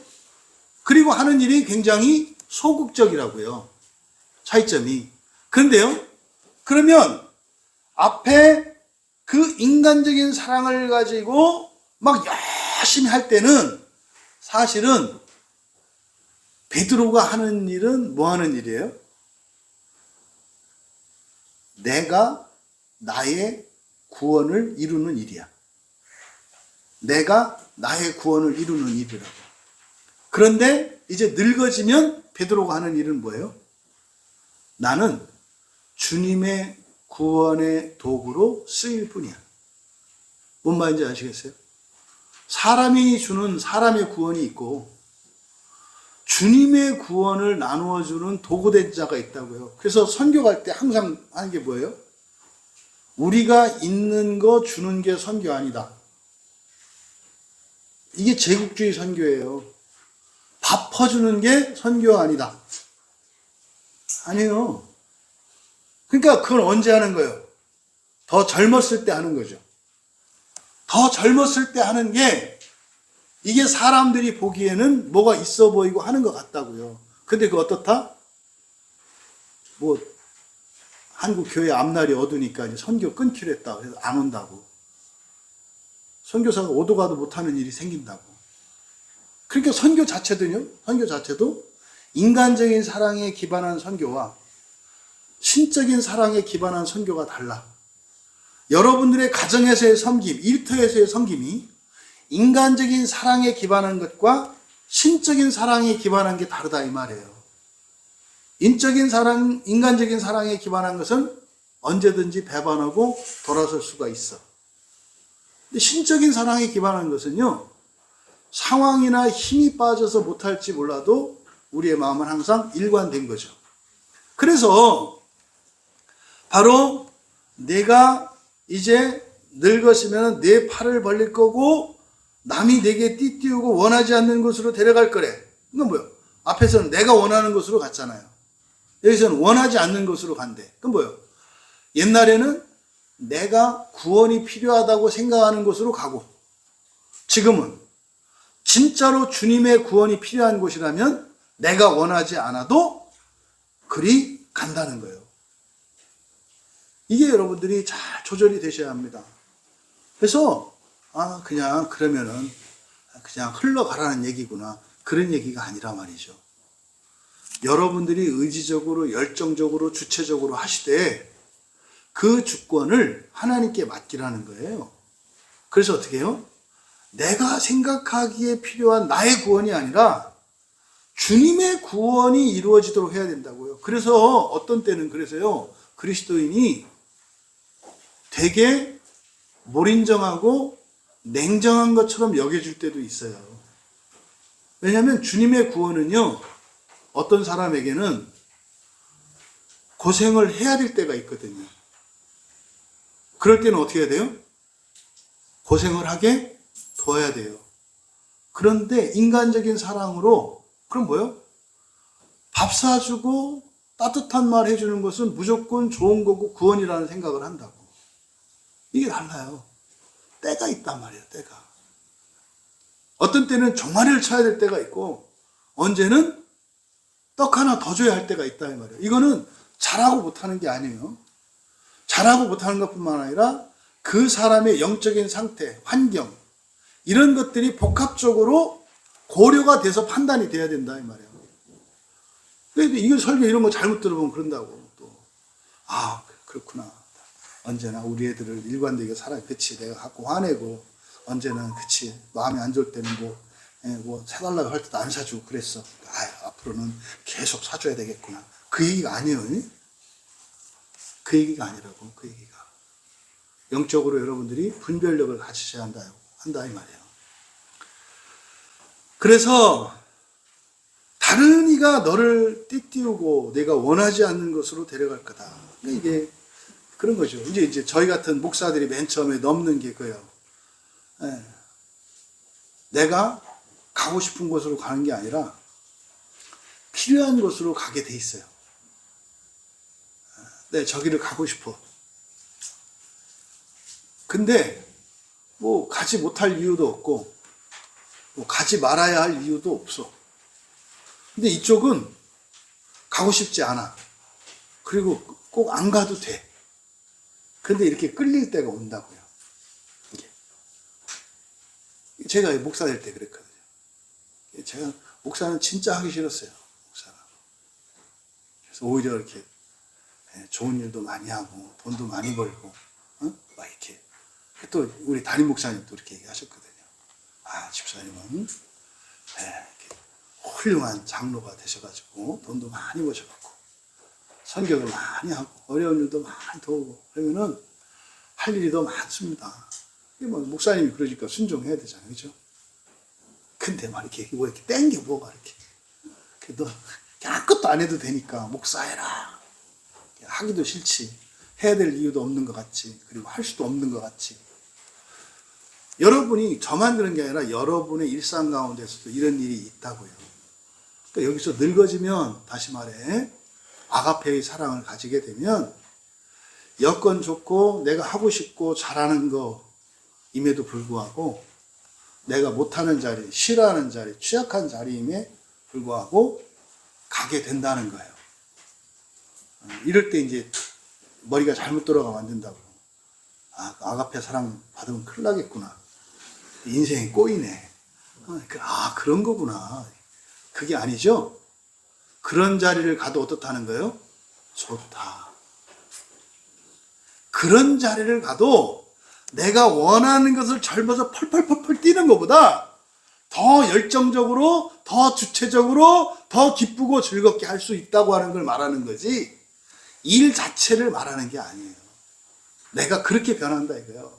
옛날에 100만 원 갖고도 정말 너무 힘들다고 죽을 것 같다고 맨날 그냥 불평불만하면서 살았는데, 이거 50만 원으로 줄었는데도 할렐루야가 되는 거예요. 근데 놀렐루야. 이걸 말하는 거예요. 그러니까요. 그거 안 좋다니까요. 100만 원인데 50만 원 냈잖아요. 결국은 이게 뭔 말인지 모르는 거야. 이게 반대는 어떤 말이에요? 100만 원 이상은 절대로 누릴 수 없었던 사람이 100억도 누릴 수 있는 사람이 됐다는 뜻이에요. 좀 마음이 좀 이렇게 좀 땡겨지시나? 근데 아래쪽 얘기를 하면은 같은 거예요, 여러분. 모자란 거나 넘치는 거나 같다고요. 모자라는 것을 여러분이 감당할 수 있어. 그럼 뭐예요? 넘치는 것도 감당할 수 있다 이 말이에요. 넘치는데 감당 못해. 그럼 곧 어떻게 될 거다? 많이 모자라게 될 거다. 그런데 살아서 많이 모자라지 않으면 그건 정말 두려운 일이다. 왜? 지옥 가서 모자라게 될 거니까. 이거는 명확한 이치예요, 여러분. 제가 바라는 거 넘치기 바라요. 그것보다 더 중요한 거는 감당하기 바라요. 네? 넘치기 바라고 감당하기 바랍니다. 그래서 하나님 마음이 시원했었으면 좋겠다고. 왜? 지금 아주 그냥 하나님이 목이 말라요. 그냥 한 숟가락 더 주니까 그냥 무너져. 한 숟가락 더 줬는데, 지금 막 5톤 그 덤프차로 지금 막 쭉 오고 있는데, 샘플로 한 숟가락 딱 먹더니 확 뒤집어져가지고, 이게 지금 2000년 동안 교인들에게 일어나는 일이라고요. 뭐 그런 거 많이 하잖아요. 교회에서 많이 나오는 그 인용되는 부자들 많이 들리잖아요. 뭐 옛날은 막 카네기 얘기 많이 했어요, 이렇게. 우리나라에 그런 크리스찬이 있으면 안 되나? 전 세계 교회에서 이렇게 설교 때 예화로 쓸만한 그런 크리스찬이 있으면 안 되나요, 우리나라는? 네? 돼요. 네? 찬호가 딱 때리던 그날, 네? 그냥 새로운 세상이 열렸고, 세리가 물속에 들어가던 그날, 세상이 바뀌었고, 연하가 스케이트 타던 그날, 인생이 바뀌었거든. 네? 저는, 우리 교인들 중에서 나왔으면 좋겠어요. 잘 되고 이게 중요한 게 아니라, 전 세계 교회에서 두고 이렇게 쓰일 수 있는, 예화로 쓰일 수 있는 그런 분들이 나왔으면 좋겠다. 그거의 핵심이 뭐다? 아가페의 사랑. 그러니까 마귀가 그 시험을 한다고, 그 못 나가게. 이런 얘기가 마귀가 제일 두려워하는 말이에요. 이게. 제일 싫어하는 말이고. 그러니까 이제 뭐 시험도 하고, 유혹도 하고, 뭐 이런 거 하겠죠. 만약에 인간적인 사랑을 가지고 있는 사람에게 지금 예수님께서 말씀하신 남이 내게 띠띠우고 원하지 않는 곳으로 데려가리라. 그럼 이게 아가페의 사랑이 없이 필리아의 인간적인 사랑만 가지고 있는 사람은 이거요? 사람들이 나를 만만하게 보는 거고요. 내가 싫어하는 일을 강요하는 거고요. 자기 마음대로 나한테 이래라 저래라 간섭하는 거고요. 그래서 이거 되게 수치스럽고 불행하고 억울하고 답답하고 원통에 죽을 노릇인 거예요. 이런 게. 그런데 아가페의 사랑을 가지면 이런 것도 어떤 게 된다? 좋아 죽는다. 좋아 죽는다. 적용할 때 조심할 것은 고생한다고 얘기하는 거 아니다. 에? 뭐다? 핵심은 넘치더라도 안전한 사람이 됐다는 뜻이다 이 말이에요. 그 뒷 얘기는 여러분들이 항상 해보시라고. 저는 좀 그거 보고 싶다니까요. 정말로.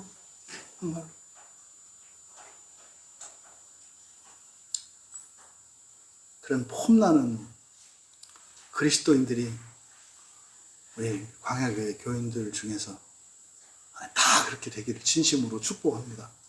정말로. 여러분의 능력이나 이것과 상관없어요. 하나님이 찾는다니까요.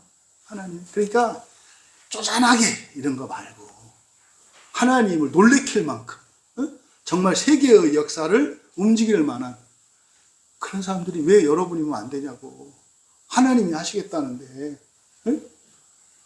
아니요. 저는 안 돼요. 저는 이렇게 보니까 누구는 되겠구만. 이러지 마. 여러분. 주여 나를 그렇게 사용하시옵소서. 이렇게. 이게 지금 큰 차이가 뭡니까? 주체성을 하나님께 맡기는 건데, 그러면은 현실적으로는 내가 주권을 누구한테 넘겨주면 주권이 없는 건데, 사실 실질적으로 어떻게 돼요? 주님께 주권을 넘겨드리면 더 주권을 가지게 된다니까. 이거를 여러분들이 경험하셔야 된다고. 포기했는데 되는. 다 내주었는데 더 많이 차는. 이거를 여러분들이 삶 속에서 경험해 보시기를 바랍니다. 그러니까 어떻게 이런 일이 가능한가? 원하지 않는 곳으로 가서 사람들한테 팔 벌려주고 손을 펼쳐서 나를 띠뛰어가지고 막 데려다가 나를 막 노예처럼 부려먹는데 어떻게 그게 기쁘고 좋은 것이 되는가? 이거는 성령 사역에 대한 예고예요. 성령께서 오셔서 이렇게 할 거라고. 이게 뭐예요? 이게 마음기경이라니까요. 옛날에는 누가 나한테 맞다 틀리다만 얘기해도 버럭버럭 화내는 분들이 있어요. 교회 처음 오면 그래요. 절대 잔소리 듣지 않는 분들이 있어요. 이렇게 내가 한 거에 대해서 판단받는 거에 대해서 굉장히 막 그 두드러기 반응을 일으키는 분들이 있어요. 이제 그랬던 분들이 은혜를 받으면 어떻게 돼요? 다른 사람의 말을 듣고 배울 줄 아는 사람이 돼가요. 그래서 자기보다 훨씬 못한 사람에게서도 배우는 사람이 돼요. 이 사람이 최고 지혜로운 사람이죠. 이게 사실은 어떻게 이런 일이 일어난다? 아가페의 사랑을 가질 때 이런 일이 일어난다는 거예요. 그래서 맞는데도 잘했는데도 져주는 거. 하나도 그게 참는 게 아니야. 스트레스가 속병 생기는 게 아니야. 여러분들은 뭐 해야 된다? 여기 이렇게 아프지 않기를 바란다. 여기. 아픈 분들 좀 제발 일단 우리 교인들은 여기 이렇게 다 아픈 사람 하나도 없었으면 좋겠어. 근데 우리 교인들이 아야 이러면 마음이 아파. 응? 하여튼 아가페 사랑으로 여러분들의 가슴이 치유되기를 축복합니다. 응? 그러니까 여기 아픈 거는 여기 사연이 있고 지난날 과거의 묵은 감정들이 여기 있는 거예요. 여기 이렇게 눌러도 안 아프셔야 돼. 이게 의학적으로도 응? 가운데를. 그래서 사실은요, 이 사랑은 어떻게 되는 겁니까? 그 사명을 주신 목적이 그거예요. 그 사명을 감당하다 보면 어떻게 돼요? 아주 힘든 일이 생기거든. 별의별 일이 생기거든. 그때 성령님과 함께 우리 안에 그 사명을 감당하면서 생기는 이런 근본 감정들을 거짓 감정으로 확정되지 않도록 사랑으로 승화시키는 일을 성령님과 함께 가는 거죠. 그러니까 이거는 이 사명은 사실은 성령님과 함께 노는 놀이라고, 놀이. 목적은 뭐예요? 우리의 마음을 기경해서 아가페의 사랑을 가지게 하는 거. 그래서 여러분들은 성령의 일하심을 믿고 성령을 의지하여 성령께 여러분들의 일상의 일들을 의탁할 때 가능한 거예요. 무엇으로? 성경으로. 성경을 가지고. 이어 19절에 보시면 이 말씀을 하시면, 그러니까 보세요. 18절의 말씀은 언제 하신 거죠? 예수님이 지상에 계실 때 하신 말씀이에요.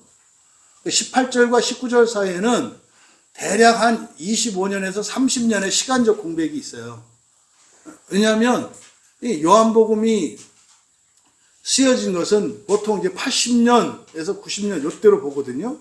그러니까 이때는 사실은 사도들 다 죽고 난 뒤에 쓰여졌거든요. 이 요한복음이. 그러니까 지금 19절에 이 말씀을 하심은 이라고 하는 이거는 요한의 해석이에요. 요한의 해석이라고. 그러니까 이때 당시는 이게 무슨 말인지 몰랐어. 요한이. 근데 나중에 그 베드로가 나중에 진짜 막 한번 설교하니까 5천 명이 막 회심하고 돌아오고 또 예루살렘에서 또 뭐 치고 맞고 싸우고 또 뭐 베드로 저 바울이 어떻고 막 별의별 일 다 있었거든요. 근데 마지막 어쨌든 베드로가 순교하잖아요. 그러니까 순교하고 난 뒤에 대략 요게 한 20년에서 30년 뒤에 요게 기록된 게. 그러니까 베드로가 순교한 뒤에 깨달은 뭐가 있어요. 그러니까 예수님 말씀이 생각난 거야. 사실은 요한의 의도 속에서는 내 손들을 벌리고 남이 띠띠우고 원하지 않는 곳으로 간다라고 할 때 이거는 최종적으로는 뭐예요? 예수님처럼 똑같이 십자가에서 죽는 걸 말하는 거예요. 최종적으로는. 근데 그동안 살았던 삶 있잖아요. 베드로가 계속 변하거든요. 계속 변해요. 같이 살면서. 어떻게? 바로 그 아가페의 사랑으로 점점 변화되는 게 있는 거예요. 그러니까 여러분들이죠. 우리 교인들. 저는 정말 영광스럽고 감사해요. 이 광야교회 목사였던 그게 저는 하나님께 제일 감사하는 거 뭐 많은데 어쨌든 마지막으로 이렇게 제가 진짜 이 광야교회 담임 목사였던 게 얼마나 영광스럽고 감사한지 몰라요. 왜냐면 여러분들에게서 그 아가페의 사랑이 커가는 게 보이거든요. 그러니까 저 자신에게도 보이고. 그러니까 요한이 베드로에게서도 봤던 거예요. 그래서 이게 지금 20, 30년 정도의 시간 공백을 두고 나중에 깨달은 것을 여기에 이제 기록한 거다 이 말이에요. 그 뒤에 이어지는 말들. 이때 보면 이제 뭐 잠깐 20절 보시면 베드로가 돌이켜 예수께서 사랑하시는 그 제자가 따르는 것을 보니 이때 요한하고 베드로하고 눈 마주쳤던 것 같아요. 이렇게. 근데 베드로가 하는 말을 요한이 들었지. 그러니까 저게 뭔 말인가 했던 것 같아요. 근데 나중에 이거를 깨닫고 나서 지금 기록된 말씀이 이제 19절 이하의 말씀이라는 거. 그러면 이 19절에서 이 말씀을 하심은 이거 요한이 나중에 깨달은 거예요. 베드로가 순교하고 난 뒤에 성경을 기록할 때서라야 비로소 깨달은 것을 여기다가 적은 겁니다. 이 말씀을 하심은 베드로가 어떠한 죽음으로 하나님께 영광을 돌릴 것을 가리키심이로라.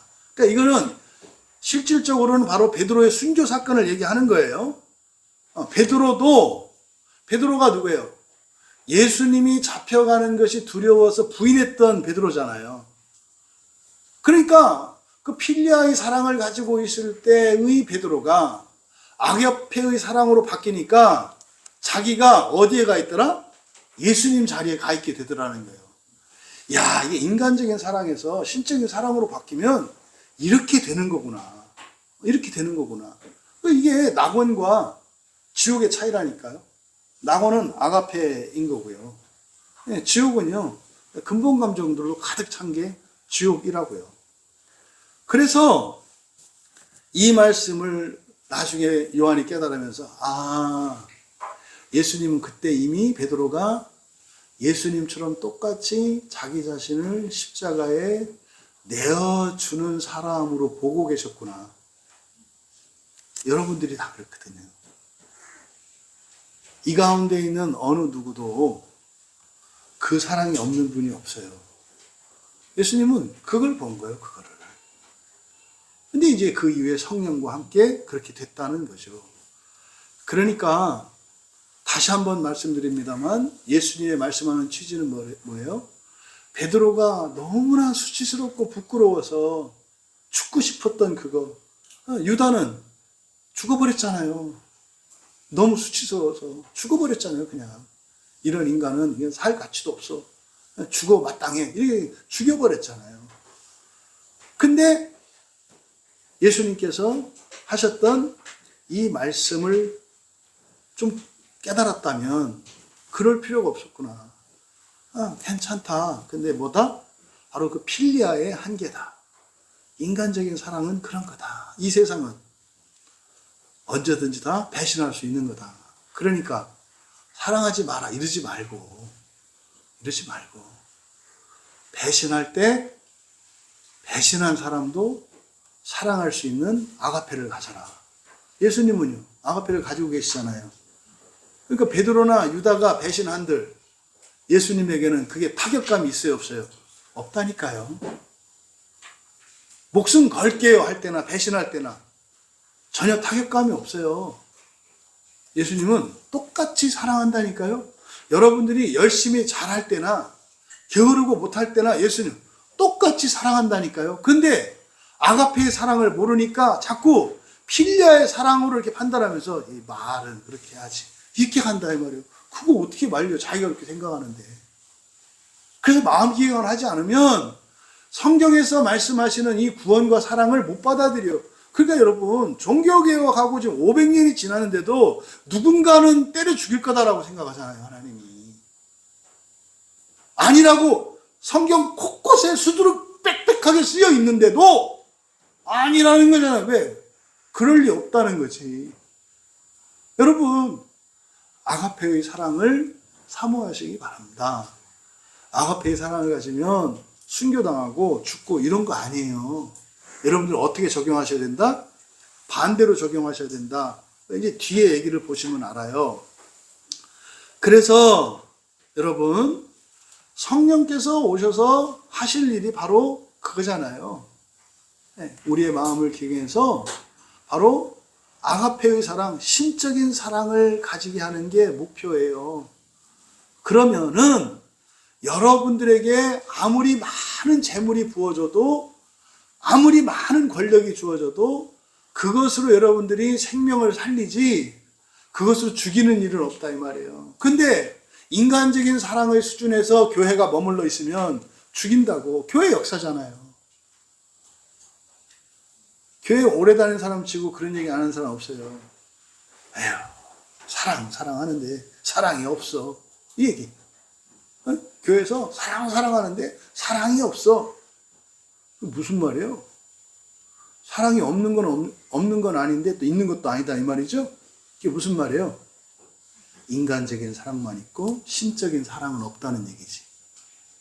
맞죠? 여러분들이 했던 그 말이 그 말이었다고. 인간적인 사랑만 있고 신적인 사랑은 없어. 그러니까 사랑받을 만한 사람은 사랑받고 사랑할 만한 때 사랑하고 그렇지 않을 때 안 하고 변덕스럽던데 이 얘기잖아요. 그게 인간적인 사랑. 그래서 인간적인 사랑에서 신적인 사랑으로 넘어가야 되는 때가 온 거예요. 왜? 성경을 그렇게 보여주시니까. 여러분들은 감사와 함께 부담을 가지셔야 돼요. 왜? 단언코 이 본문을 이렇게 설교하는 분 없어요? 조심하세요. 잘한다는 거 아니에요. 주시는 은혜는 오직 성령께서 주시는 것 뿐이에요. 감사하세요. 기쁨으로 받아들이세요. 대신 뭐 하셔라? 부담을 가지셔라. 부담을 가지셔라. 그러니까 감사하면서 부담을 동시에 가지시라고 말씀을 드리는 거예요. 그러니까 어린 양을 먹이고 또 큰 양들을 치고 때로는 자기 혼자만 그냥 다 컸다고 착각하는 그런 교만하게 구는 양들조차도 막 꾸짖어가지고 이렇게 막 알려주고 그러려고 하지 말고 그냥 맞춰주면서 그냥 어린 양을 품듯이 이렇게 품어라. 이제 그 과정에서 사실은 뭡니까? 이제 성령의 역사가 절대적인 거예요. 성령의 역사가 있지 않고서는 불가능해요. 근데 문제는 그때 사탄 마귀가 등장한다고. 반드시 등장한다고. 야야야야 그런 거 하지 마. 그런 거 하지 마. 너 속는 거야. 그 가스라이팅 당하는 거야. 그런 게 어딨어. 왜 너만 그렇게 맨날 속여? 왜 맨날 너만 당해? 예수님도 서로 사랑하라고 그랬잖아. 지도 좀 한번 참고 이래야지. 왜 저는 한 번도 안 참고 왜 너만 참아야 돼? 그렇게 하지 마. 그냥 미워해. 사탄의 속삭임이 계속 들려요. 근데 여러분, 바로 사명을 앞에서 이 세 가지 사명을 주신 게 결국 사실은 뭡니까? 하나님의 영광을 드러내는 거잖아요. 베드로가 어떠한 죽음으로 하나님께 영광을 돌릴 것을 가리키심이로라. 그럼 여러분, 하나님께 영광을 돌린다. 이게 하나님을 영화롭게 한다는 뜻이거든요. 사람이 하나님을 영화롭게 하는 길은 딱 하나밖에 없어요. 잊지 마세요. 영광 받으시옵소서. 하나님께 영광을 돌립니다. 딱 하나밖에 없어요. 뭐예요? 여러분이 신적인 사랑을 가지는 거. 이거 하나밖에 없어요. 그게 삶 속에서는 어떻게 돼요? 악한 자들을 위해서 대신 여러분들이 고난을 당하고 그냥 쪼임을 당하고 매질을 당하는 거지. 그런데도 그 사람들을 포기하지 않는 거지. 하나님 그래도 저 사람 구원하기를 기뻐하시잖아요. 저 사람 구원하셔야 돼요. 이사야 선지자가 똑같은 얘기를 하잖아요. 하나님이 심판하시려고 손을 들었는데도 악인들은 어떻게 한다? 꿈쩍도 안 한다 그래요. 그런데 그 악인들이 움직이는 것은 누구다? 백성의 열심이라 그래요. 그 고난 속에서도 신앙을 지키는 그 신자들의 그 고난을 통해서 악한 자들의 마음이 바뀐다고 얘기해요. 이게 어떻게 가능하다? 아가페의 사랑을 가질 때만 그렇게 하라는 게 아니에요. 그렇게 하라는 게 아니에요. 그렇게 아가페의 사랑도 없는데 그렇게 하면 그건 아가페가 아니라 뭐예요? 그건 필리아의 사랑이라고. 주를 위하여 목숨을 바치겠나이다. 그래 내가 너를 위해 죽이면 그때 진짜 죽인다니까. 그럼 안 되잖아요. 그래서 내가 진짜 하나님 말씀으로 내가 마음을 기경해서 아가페 사랑을 가져야 되겠구나. 이렇게 가야지. 그냥 그 건너뛰고 이렇게 하려고 하지 마라. 필리아의 사랑으로 넘어가려고 하지 마셔라. 그거는 후유증이 크다. 훌륭하다. 필리아줬어도 훌륭하다. 왜? 예수님이 받으셨잖아. 근데 예수님은 훌륭하기를 바라는 게 아니라 어떻게 해요? 잘 되기를 바라신다. 그래서 어떻게? 아가페의 사랑으로 나가는 것을 더 우선시 하셔야 된다. 그래서 하나님께 영광을 돌린다라고 하는 것은 사실은 뭐다? 내가 마음 기경을 해서 사랑으로 승화시키는 것을 말한다. 내 본성이 변해서 하나님 닮는 것을 말한다. 그것의 결과로 이러저러한 행동들이 있을 수 있다. 조심할 것은 이러저러한 행동이 하나님을 영화롭게 하는 게 아니라 그거는 부수적으로 기마이 하는 거예요. 이렇게. 기마이라 하면 기분 쓴다는 뜻이야. 한턱 내는 거. 그러니까 내 본성이 변하면 어떻게 돼요? 기쁘고 즐거우니까. 그래서 이렇게 한다고 이렇게. 그렇게 되는 그렇게. 그러니까 그거일 뿐이지 그것이 하나님을 영화롭게 하는 거 아니다 이 말이에요. 그렇잖아요. 저기 세종안교회가 생길 때 그 목사님 지금은 떠나셨는데 그 부목사님한테 그 얘기 듣죠. 진짜 감동받았거든요. 그 세종안교회가 어떻게 저 건물을 섰는지. 한 분이 100억을 헌금했어요. 그 말이 돼요? 원래 저 교회가 이렇게 여러 군데 이렇게 떨어져 있었는데, 근데 그 뭐 있던 돈을 한 게 아니라, 그때 하여튼 뭐 가지고 하여튼 갑자기 이렇게 막 부자가 됐대요. 근데 그게 지금 100억을 헌금을. 야, 나는 이게 처음 들어봤거든요. 100억을? 그래서 사실은 저 교회가 생기게 됐고, 저 교회가 지금도 선교 중심으로 우리나라에서 제일 좋은 선교관을 갖고 있어요. 그래서 그러니까 우리나라 모든 선교사들이 한국 들어올 때 맨 처음 신청하는 데가 저기 선교관이에요. 이제 저도 거기 가봤더니 왜 좋으냐면, 빌어먹는 것처럼 있지 않게 해요, 선교사님들이. 교회 도움 받는 것처럼 하지 않는다고. 그게 느껴져. 그래서 작은 필요들을 채우는데 생색내는 게 아니라 섬기는 게 느껴져. 이게. 그러니까 뭐 먹고 마시고 이런 게 아니에요. 그래서 그러니까 저런 선교관을 지나갈 때마다 저는 이제 그 선교관을 이렇게 눈에 들어와요. 그게 뭐냐면 저 교회 건물의 시작이 한 성도의, 저는 그게 바로 아가페 사랑이라고 느껴져요. 그 아가페 사랑이 감당할 수 없는 그런 일을 하는 거예요. 넘치는 일을. 그러니까 100억을 했다고 하나님 영광 받는 게 아니라고. 야, 아가페가 뭔데 저렇게 하게 하지? 아가페가 뭔데? 그게 사실은 뭐예요? 그러면 예수님이 십자가에 달려서 죽으신 거에서 눈물이 나는 게 아니라 감동을 받는 거예요. 이게 지금 우리나라 한국 그리스도인이 바뀌어야 된다고. 이게 감동을 받고 감동을 주는 사람이었는데 입술 깨물고 피 흘리고 막 이렇게 죽으려고 하는 사람들이야. 무서워. 그래서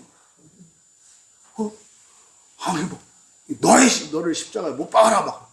그래가지고 막 그냥 뭐 허리 디스크에 뭐에 그냥 환자들이 그렇게 많잖아요. 열심히 일하는 사람들이. 건강해야지. 안 그런가요? 저의 지론은 그래요. 우리가 정상적으로 예수를 믿으면 더 건강하고 아름다워지고 100살 됐는데 뭐 한 30살 갖고 뭐 이래야지. 다 성형수술이 필요한데 그리스도인들은 할 필요가 없어야지. 다른 사람들은 막 영양제를 막 먹고 하는데 그리스도인들은 안 해도 넘쳐야지. 아니 정말 제가 꿈꾸는 교회가 그런 교회예요. 네. 아직 그런 교회는 없어요. 제가 아는 한. 그러니까 이게 어린 시절부터 이렇게 잘 준비될 수 있었으면 좋겠다. 그래서 십자가를 볼 때 예수님이 피 흘리신 것만 보지 마시고 그 예수님이 피 흘리신 그거에서 여러분들은 무엇을 보셔라? 아가페 사랑을 봐라. 그래서 막 죄책감 갖지 말고 그 사랑에 감동을 받고 감화를 받고 나도 저렇게 사랑해야지. 그러니까 여러분 자녀들이 엄마 아빠 결혼 생활을 하는 걸 보고 결혼하면 안 되겠구나. 뭐 이렇게 하면 안 되는 거예요. 그러니까 엄마 아빠를 보고 어려서부터 뭐예요? 막 그냥 나는 고등학교만 졸업하면 시집 가야지. 막 이렇게 해야 되는 거예요, 원래. 그러니까 엄마 아빠 막 눌러 앉히려고 서운해가지고 야야야 좀 천천히 가라. 막 이렇게 해야지. 난 죽어도 결혼 안 할 거야. 살더라도 혼자 살아야지. 뭐 이게 지금 십자가에 대한 잘못된 인식이지. 그러니까 여러분 우리의 결혼 생활과 가정이 십자가라면 여러분들에게 가정은 피 흘리는 십자가입니까? 그 아가페 사랑에 넘치는 영광스러운 십자가입니까? 물론 그 안에 헌신도 있어요. 근데 그게 헌신으로 보이는 게 아니라 뭐예요? 사랑의 열매로 보인다고. 고생스럽고 비극적으로 보이는 게 아니라 놀라운 감동으로 그게 다가오는 거라고. 그러니까 예수님께서 마지막으로 하신 말씀이 이제 뭡니까? 이 말씀을 하시고 베드로에게 이르시되 나를 따르라. 이게 이해가 안 됐던 거예요. 요한도. 또 이게. 그러니까 바로 다시 예수님의 말씀. 나를 따르라. 조심하십시오. 여러분 여기서 예수님이 나를 따르라 할 때 이게 무슨 말인 것 같으세요? 객관식으로 할게요.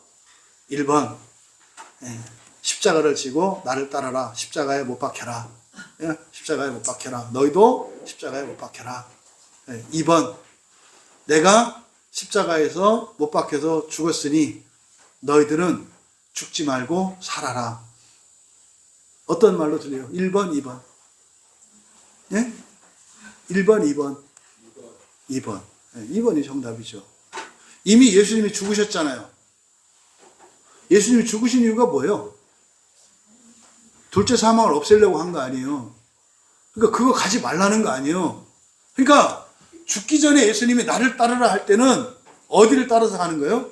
십자가를 향해서 가는 거 맞아요. 그때는. 이때는 지금 언제다? 죽었다 살아나신 이후에요. 이때 나를 따르라 하고 보여주실 거야. 어디로? 승천하는 걸 보여주실 거라고. 이제부터 너희들은 뭐 해라? 죽음은 없으니까 이 세상에서 사명을 감당하다가 생명의 부활로 하늘로 올라가라. 제발 거기 또 갔다 오지 말고 나를 따라와. 이게 이 말씀이에요. 근데 10중 8구 이걸 갖다 십자가에 또 죽여. 또 죽여. 그러니까 하늘에 올라갈 일이 없어. 이제 올라갈 만하면 또 십자가로 다시 또 박으라고 그러고 그러니까 맨날 박히니까 이제 굳은 살벽에서 피도 안 나. 못도 안 들어가 나중에는. 아주 뗀뗀한 그리스도인들이 되잖아요. 응? 하나님도 어떨 수 없는. 이게 성경 적용을 잘못하면. 그래서 이걸 성경과 적용하자면 창세기 1장에 짐승 같은 인간으로 살지 말고, 그렇죠? 영적인 삶으로. 이게 사실은 뭡니까? 선한 목자죠. 그러니까 동물적 인간에서 벗어나서, 그러니까 이 땅에서 먹고 사는 거에 헤매는 그런 세속적인 인간이 아니라 천상을 향해서 바라보는 그런 선한 목자의 삶을 살라고 하는 거죠. 나를 따르라는 게. 왜요? 죽으셨잖아, 예수님이. 예수님이 죽으셨잖아. 이제는 뭐 해라? 살라는 거예요, 살라는 거. 제발 이 본문을 이렇게 예수님 따라서 십자가에 못 박혀 죽으라라고 적용하는 분들이 정말 없어졌으면 좋겠어요. 천국을 바라봐야지. 그래서 어떻게? 멸망하는 사망의 길로 가지 말고 뭐 해라?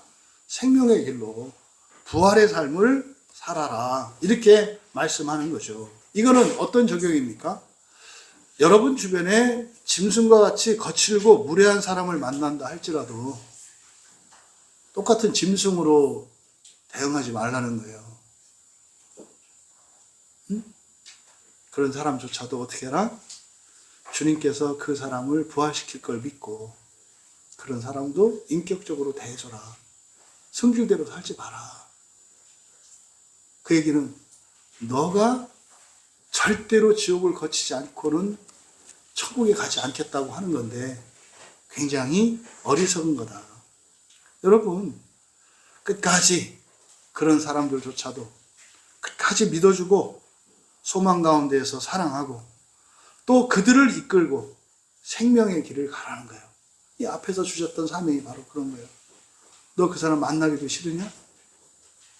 선한 목자가 돼서 그 사람을 이끌고 하나님 나라로 가라. 내가 그렇게 살았고 네가 그렇게 싫어하는 그 사람이 나에게는 너였어. 이 말씀이죠. 또 창세기 2장과 관련해서는 아담과 같이 계명을 어기지 말고 나처럼 사랑의 계명을 지키면서 살라고 하시는 말씀이죠. 아담은 계명을 어겼잖아요. 먹지 말라는 거 먹었잖아요. 근데 예수님은요, 하나는 사랑의 계명을 지키셨다는 거예요. 아담처럼 살래? 계명을 불순종할래? 계명을 순종할래? 나처럼 해. 나처럼 해. 아담처럼 하면 죽어. 네가 다른 양들을 살리는 것도 중요하지만 다른 양들 다 살려놓고 너가 지옥 가면 안 되잖아. 나처럼 사랑의 계명을 반드시 지켜라. 여러분, 짐승 같지 않고 선한 목자로 불순종하는 아담과 같지 않고 순종하신 예수님과 같아서 여러분들도 생명의 부활로, 첫째 부활로 하나님을 이룰 뿐만 아니라 여러분 주변에 있던 모든 악한 사람들까지도 여러분을 통해서 하나님 나라로 인도받기를 진심으로 축복합니다. 여러분, 우리의 신앙의 여정은 내가 원하는 곳으로 달려가던 그 젊은 날에 그런 인간적인 열심에서 시작을 해서 점점점 그 필리아의 주체인 자아를 내려놓고 주님이 이끄시는 것으로 기꺼이 이끌리며 나아가는 그 아가페의 사랑으로 변화되어가는 과정이라는 것을 기억하십시오. 또 두 번째로 내 뜻대로 되지 않는 현실 속에서 때로는 나를 힘들게 하는 사람들 속에서 그것을 불행하다고 여기거나 억울해하거나 분노하지 마십시오. 오히려 그 자리가 주님께서 우리를 신적인 사랑, 아가페의 사랑으로 빚어가시는 영광스러운 자리인 것을 여러분들이 기억하시고 오히려 그런 그들을 원수와 같이 여기는 것이 아니라 양으로 여기시고 먹이고 치며 먹이고 돌보며 살아가는 사명의 자리인 것을 기억하십시오. 그게 사명이 아니라 거기가 사명의 자리인데 나의 아가페를 위한 것이다.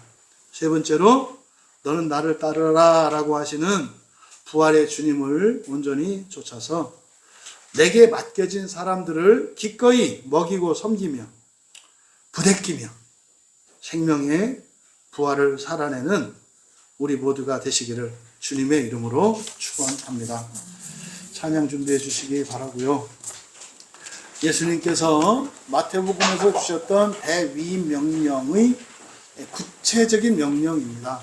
양을 먹이고 치라는. 그런데 그건 어떨 거다? 죽기보다 힘들 거다. 죽기보다 하기 싫을 거다. 원하지 않는 일일 거고 정말 원하지 않는 사람일 거다. 그런데 그런 것도 오히려 너가 원하는 것보다 더 원하고 더 기뻐할 수 있게 되는 길이 있다. 환경을 바꾸려고 하지 마라. 어떤 환경에서도 기쁘고 감사하고 행복할 수 있는 본성적인 변화를 입어라. 그게 아가페의 사랑이다. 라고 하는 이 말씀을 여러분들이 기억하시고 여러분의 인생과 신앙생활의 목적을 분명히 하실 수 있기를 진심으로 바랍니다. 주 마음에 모신 후에 함께 찬양할 때 주 마음에 모신 후에 이것은 우리 안에 계신 성령님을 가리키는 말이에요. 성령님을 가리키는 말이에요. 그런데 그 성령님이 우리 안에 계시기만 하면 아무 소용없어요. 여러분들이 성경으로 마음 지행을 해야 성령님이 여러분의 오신 그 유익을 누리죠. 그래서 여러분들이 정말 주님, 제가 성령님과 함께 성경 말씀으로 마음 지행을 하며 정말 그 아가페의 사랑을 날마다 키워가기를 원합니다. 그래서 세상을 이기는 그런 그리스도인으로 하나님의 구원의 일꾼으로 쓰임받기를 원합니다. 고백하는 마음으로 함께 찬양합니다. 그리스도를 영접하고 세례를 받던 그날 성령 하나님께서 우리 마음 가운데 오셨습니다. 그것은 끝이 아니라 새로운 삶의 시작입니다. 그때부터 우리는 우리의 근본 감정들을 인간적인 사랑으로 바꾸고 그리고 그것을 신적인 사랑으로 바꾸며 살아가는 것이었습니다. 돌아봅시다. 우리가 예수님을 믿고 우리가 가장 중점을 두고 우리가 무엇을 위해 살아왔는가. 이 세상을 살아가는 동안은 그 아가페의 신적인 사랑으로 승화시키기 위해 살아가는 것이었다 합니다. 어쩌면 우리의 묵은 감정들이 사랑으로 승화되지 않아서 거짓 감정으로 우리의 마음을 가득 채우고 있는 것은 아닌지, 하나님 이 시간 우리의 마음을 가득 채우고 있는 거짓 감정들을 근본 감정과 구별하게 하시고 신적인 아가페의 사랑으로 변화시켜서 우리의 마음이 텅 비게 하옵소서. 그래서 하나님의 은혜만이 채워질 수 있는 빈 마음이 되어 세상을 살리는 하나님의 은혜로 생명으로 그렇게 우리의 인생을 살게 하옵소서. 은혜를 구하며 또 결단하시며 함께 기도합니다. 존귀하신 하나님 아버지, 주께서 베드로에게 주님의 양을 먹이고 주님의 양떼를 돌보라고 하셨던 그 사명은 저희들의 인생의 한계를 넘게 하시고 또한 인간적인 사랑을 신적인 사랑으로 승화시키기 위하여 주신 사명의 자리인 것을 믿으며 감사합니다. 저희들이 일상을 살아갈 때 저희들이 원하지 않고 또한 저희들이 감당할 수 없는 것 같은 사람과 그런 환경 속에서 물러서지 않게 하시고 오히려 우리의 힘으로 감당할 수 없기에 성령을 의지하며 성경 말씀으로 우리의 마음을 기경하여 그렇게 신적인 사랑으로 우리의 본성을 변화시키시는 성령의 은혜를 누리며 살게 하옵소서. 이 시간 사랑하시는 주의 자녀들이 결단하는 시간 되기 원합니다. 이후로는 모든 근본 감정들을 신적인 사랑으로 승화시키며 살기로 결단하고 또 이러한 근본 감정들이 거짓 감정을 만들어 우리의 마음을 채우는 일은 다시 없도록 하나님께 간구하오니 이 시간 결단하는 주의 자녀들의 마음속에 악하고 더럽고 거짓된 것들을 비워주시고 순결한 하나님의 사랑으로 충만하여 하늘의 은혜와 하나님의 생명을 길어내리고 세상을 살리며 살아가는 거룩한 주의 자녀들 다 되게 하옵소서. 감사하며 예수님의 이름으로